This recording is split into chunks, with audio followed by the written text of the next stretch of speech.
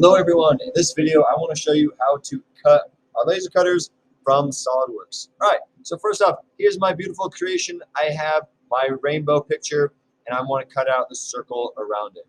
Let's dive in. Alright, so first I'm going to hit Control P or go up here to File and Print. So we get into the print menu. Make sure you select Epilogue Engraver. It might default there, but that's your first step.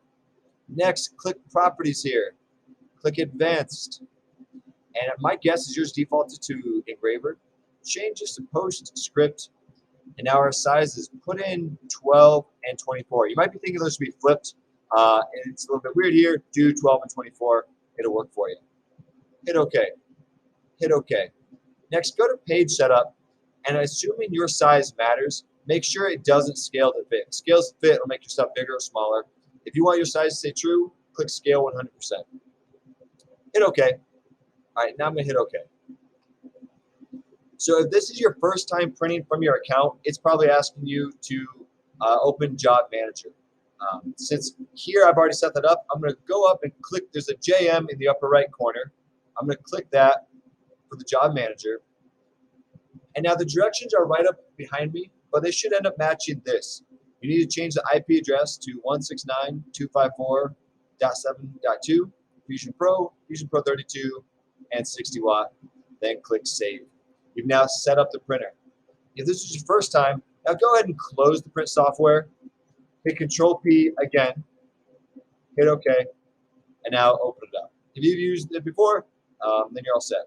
Okay, now it's a little bit different. If you have an image and a cut, you want to engrave and vector together. Over here, I'm going to click Split by Color, and notice it says, all right, I'm going to split the black for something and the image for something. Let's say the black is what I want to cut, so change that to vector, or whatever you want to cut, change it to vector. Now for this machine, we usually recommend a vector speed of around 10. If you have small, really complicated cuts, maybe drop it a little bit. If you have long straight cuts, speed of 10 will be fine. Power, I'm going to crank that up to 100. And frequency, we kind of vary that by material, and even the power and speed will vary by material. This is for our normal wood that we tend to cut. Okay, so that's your vector speeds. You can click Print if you're ready for that. If you have engraving, your engraving should change your speed to 100.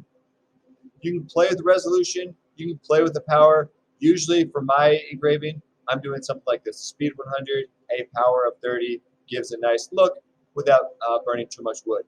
You notice the time here. This engraving says it's going to take about 19 minutes.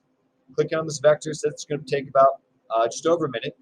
Once you like it, double check. You'll notice this has a camera on it. Make sure your image is where you want it to be. Go ahead and hit Print.